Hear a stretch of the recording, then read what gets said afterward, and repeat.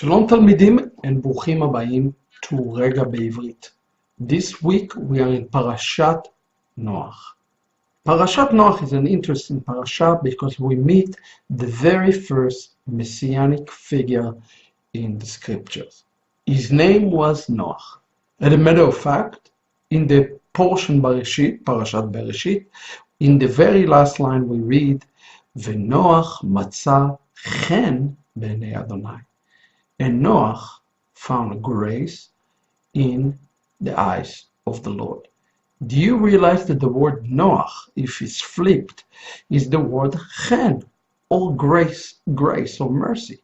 Noach, comfort, chen, grace and mercy. If you flip these letters, you get the same words. What was so special about Noach? Turn with me to the beginning of the portion, Genesis chapter 6, verse 9, and we read, Ve'ele toldot Noach. Please pay attention that the word toldot is missing the second vav. In Genesis chapter 2, the word toldot have the vav. In Genesis chapter 6, toldot missing the vav. Why?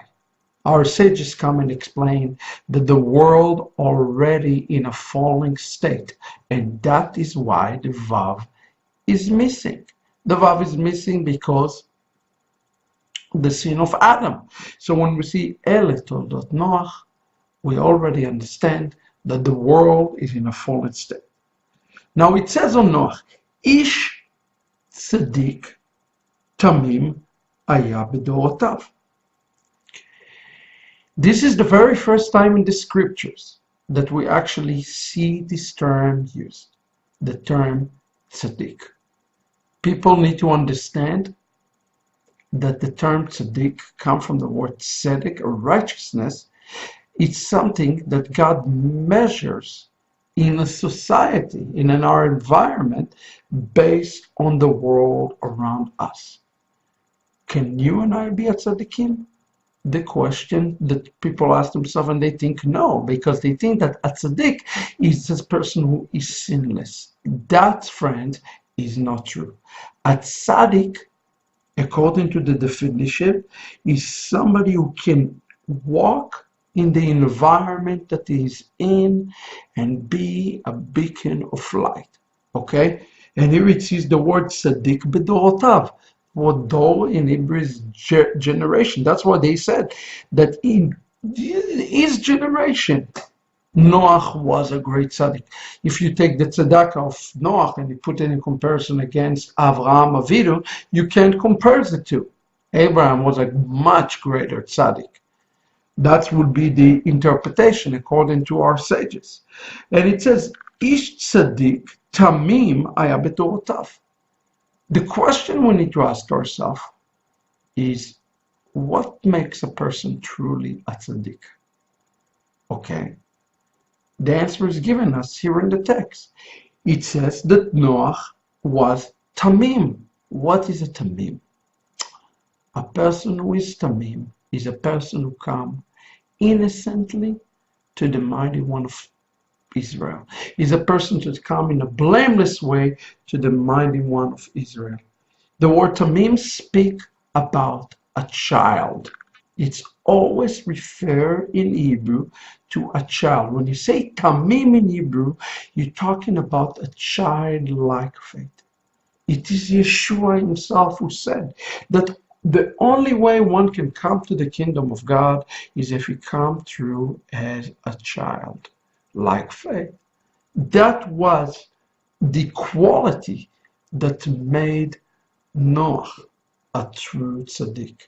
His tumimut, his simplicity of his faith, and the fact that he has approached the mighty one of Israel as a child. And it says that that's exactly what the Lord liked about it. Apparently in his generation, nobody was like him.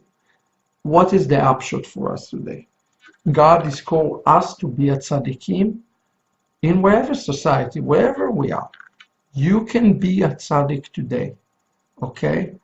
When the prophet says, Sadiq and Afechad, there's none righteous, not even one, people misinterpret it to think does it mean that nobody can be righteous. No, you can be a tzaddik, but a tzaddik is a peer review. You're comparing yourself against your generation.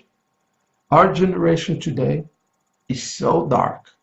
It says, Ine choshech yechase aretz ve'arafel leumim. That's exactly what it says in Isaiah. The darkness will overall the earth. I would like to challenge us today to take the mantle of becoming tzaddikim. And how do we do it? With the simple, basic emunah, a childlike emunah. And how do you know when you have a childlike emunah? When you are despised and rejected. Noach is a prototype for the suffering Messiah in Judaism. Messiah, son of Joseph. And what does it say about him? It says that he built the ark. Nobody was there really to help him build the ark.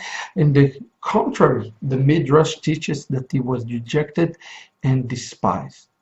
How interesting it is that the name Noach in Hebrew means, may his name be cast off forever. Imach Shmo Vezichro. May his name be blotted out. That is the name that is given to the Messiah. That's the name that our people call Yeshua. Imach. May his name be erased forever. How do you know that you become a righteous, blameless, righteous one? When you are rejected and you are despised, yet you do the work that God has called you to do. This is the Rega Ve'Ivrit for this week. God bless you. להתראות.